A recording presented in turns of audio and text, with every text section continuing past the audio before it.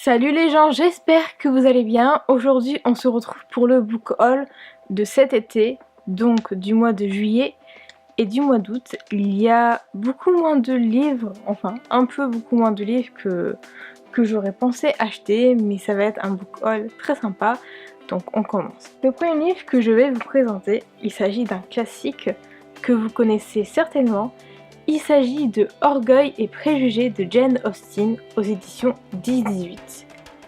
Donc, alors, romanesque en diable, les démêlés de la caustique Elizabeth Bennet et du vaniteux Monsieur Darcy n'ont pas pris une ride, mais il faut parfois savoir renoncer à son orgueil et accepter la tombée des masques pour voir clair dans la nuit, un classique universel, drôle et émouvant. J'avais regardé le film il y a plusieurs mois maintenant sur Netflix et il m'avait beaucoup touchée, il m'avait émue.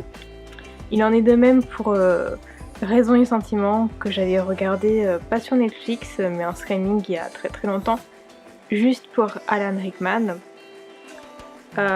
J'ai d'ailleurs Raison et Sentiment juste là, c'est la petite pile qui est là, je l'ai pas encore lu. Celui-ci je ne l'ai pas encore lu non plus mais bon, je suis assez curieuse de découvrir tout ça à travers la plume de Jane Austen. Un autre livre que je vais vous parler aujourd'hui, il s'agit de Outlander, donc là c'est le tome 5, la croix de feu. Donc la voici, la fameuse croix de feu. On peut donc imaginer qu'il va probablement être question de religion, de catholisme, ce genre de choses. Je suis pas très religion pour être honnête, je suis plutôt athée, mais je sais pas, ça attire quand même assez ma curiosité, donc bien sûr de Diana Gabaldon, aux éditions j'ai lu. Ce tome, je le trouve vraiment très joli, mais également très gros. Regardez, si je le mets à côté des autres, il fait environ 1 tome et demi, c'est genre énorme. C'est le plus gros des Outlander que j'ai jusqu'à maintenant. De base, c'est des livres que malgré que c'est écrit super petit, j'arrive à lire assez vite. Celui-là, je suis pas sûre de le lire aussi vite que les autres parce qu'il est vraiment très gros et très lourd. Là par contre, ça se passe en 1770. Et les derniers livres, pour ne pas dire le dernier, il s'agit de She. Donc nous avons le tome 10, le tome 11 et le tome 12. Donc She, si vous ne vous rappelez pas de quoi ça parle, je vais quand même vous dire de quoi ça parle, contrairement à Orgueil et préjugés et Outlander que à force vous devez connaître.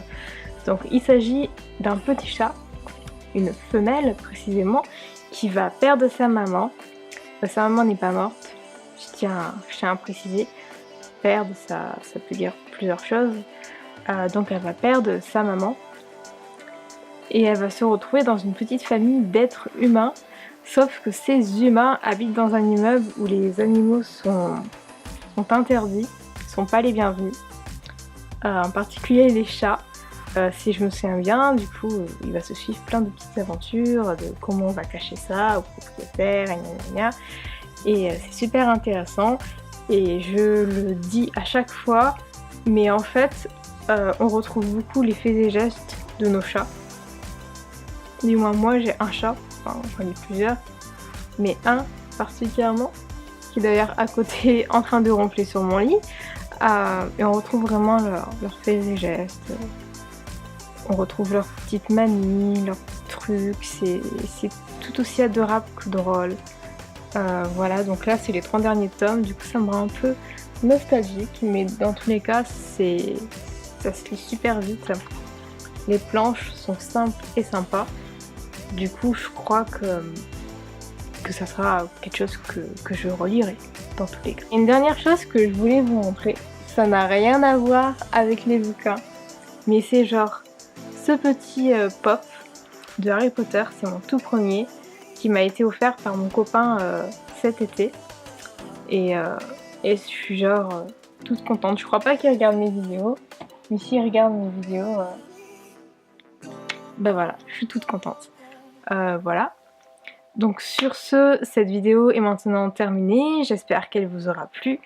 Je vous invite à mettre un pouce en l'air si elle vous a plu, à vous abonner à la chaîne si ce n'est pas encore fait, à laisser un commentaire dans la vidéo, à partager tout ça sur les réseaux sociaux. Et je vous dis à très bientôt, je ne pense pas que j'ai oublié quelque chose. Voilà, ciao!